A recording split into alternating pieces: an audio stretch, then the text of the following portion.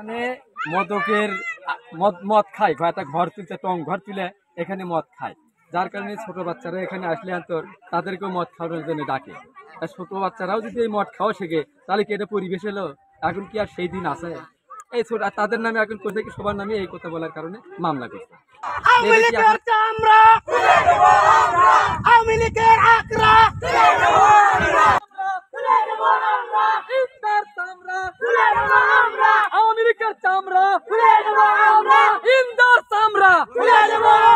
ভূমিদস্যুর চামড়া ইন্দার চামড়া আওয়ামী লীগের চামড়া।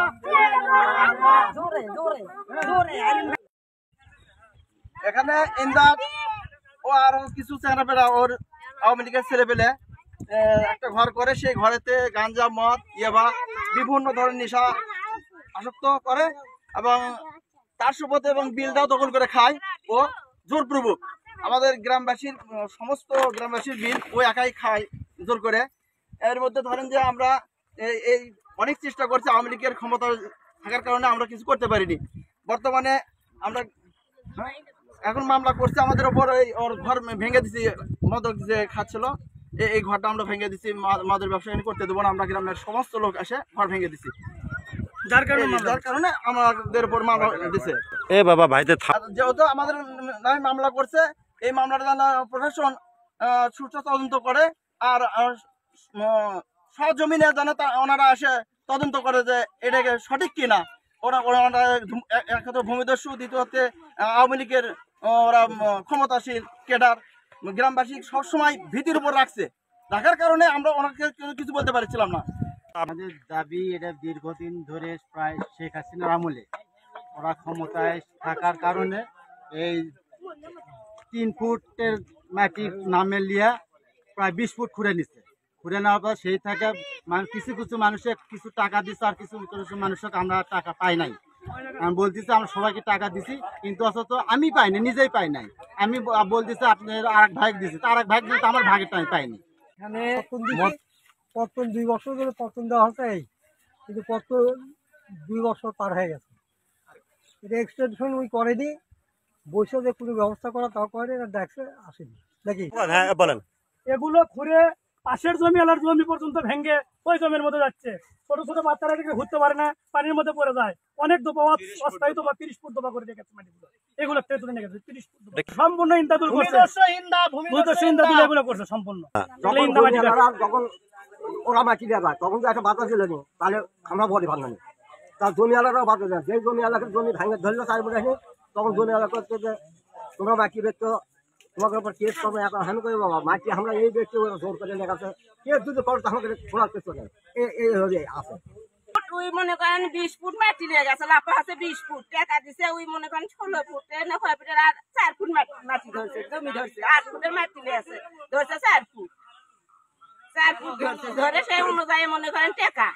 আর এদিকে মনে করেন বাস দিয়ে আমরা গোটাল বাইরে লাফিছি 20 ফুট, সেই 20 ফুটের টাকা আমাকে দেয়নি।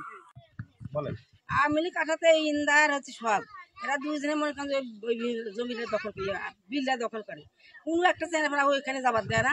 আর সোলপল্লিয়া ওইটা আড্ডা করে, গাঞ্জা, মদ, হিরোইন সব খাইয়াকে সোলপল লোক সবাইকে নষ্ট করে ফেলে দিল। ভালো ভালো সোলপল নষ্ট করতেছে বাবা, এটাই হলো আসল কথা, এটাই হলো বেশি।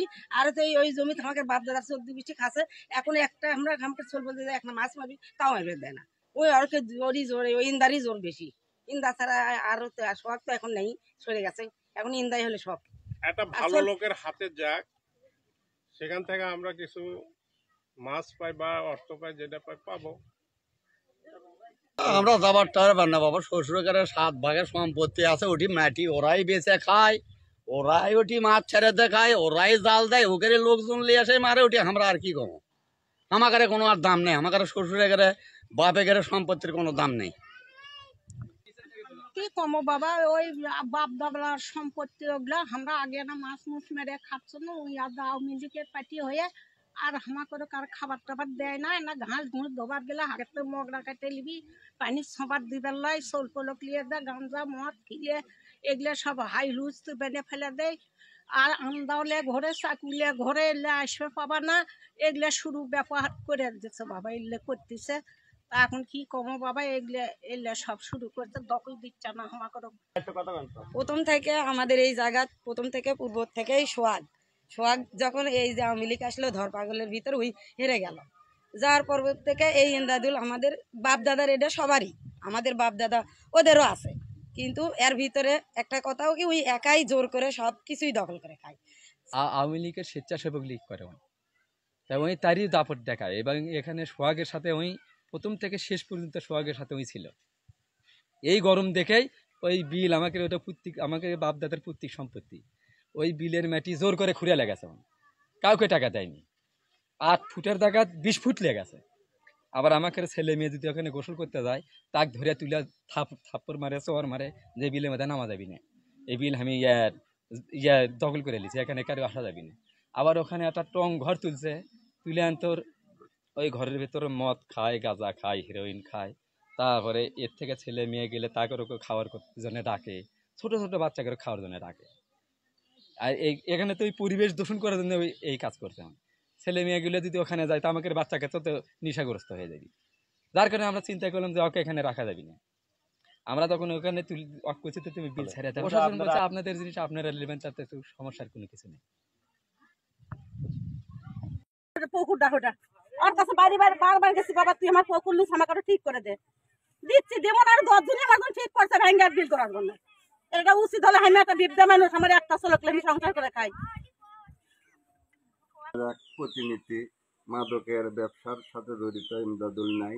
এটা যদি কেউ চেষ্টা করার একটা লোক যদি কয় যে ইমদাদুল মাদকের সাথে জড়িত আছে, বিক্রি করে, তাহলে আইনের আশ্রয়ে আমাকে যদি ফাঁসি দেয়, আমি ফাঁসি ওটি মাথা বেতন নেবো। কিন্তু এরা এই গুন্ড বাহিনী নিয়ে আসে, এক অক নিয়ে আসে, বিল আলা জমি আলা করক না নিয়ে এক অক ধরে এই তোর নস যে আমাকে করিচ্ছে, আমার বাপ মা হোক ভাই হোক একেবারে 200 লোকের মধ্যে ওরা ধরে মারল। কি জন্য আর কি দেশের দিচ্ছেন নাই? হ্যাঁ বলেন, আপনি বলেন দেশের দিচ্ছেন আছে? আপনি তো ডকুমেন্ট গোটাল গ্রামে 11টা স্ট্যাম্প করে দিচ্ছে, সব তো এটি তো ভোগি ছগি নাই, ওরা করছে স্ট্যাম্প ভোট, আবার করছে যে জোর করে লেখে লিখছে। তাহলে জোর করে লেখে জোর তোরা করিচ্ছ, আবার উল্টে ওরা করছে জোর আপনারা করিচ্ছেন, এটা যুক্তি হলো? এটা নিয়ে জমি স্ট্যাম্প আছে, জমিওয়ালারা আমার সাথে এখনো আছে, সব জমিওয়ালা এখন আমার ধরিচ্ছে এবং করছে তোকে দিলাম বিল, আর ওরা কিভাবে দখল করে। আমি মনে এখন গ্রামবাসী এটার বিচার করবি। আমি অভিযোগ একটা থানাত দিছি, থানাতে এখন বিচার কি করে দেখি, না হলে আইনের আশ্রয় আরো কোনটি গেলে আমরা বিচার পাবো, জীবনের নিরাপত্তা পাবো। এই জায়গাতে আমাকে যাওয়া লাগবে, আমাকে তো চেষ্টা গ্রামত বসবাস করা লাগবে। আর যদি বসবাস যদি ওরা করবেন না যায়, তাহলে আমরা তার থেকে বের হয়ে যাবো। তাছাড়া আর কি করা যায়, আমার কথা বুঝে যাবেন, না হলে চলে যাবো, তার থেকে বের হয়ে যাবো।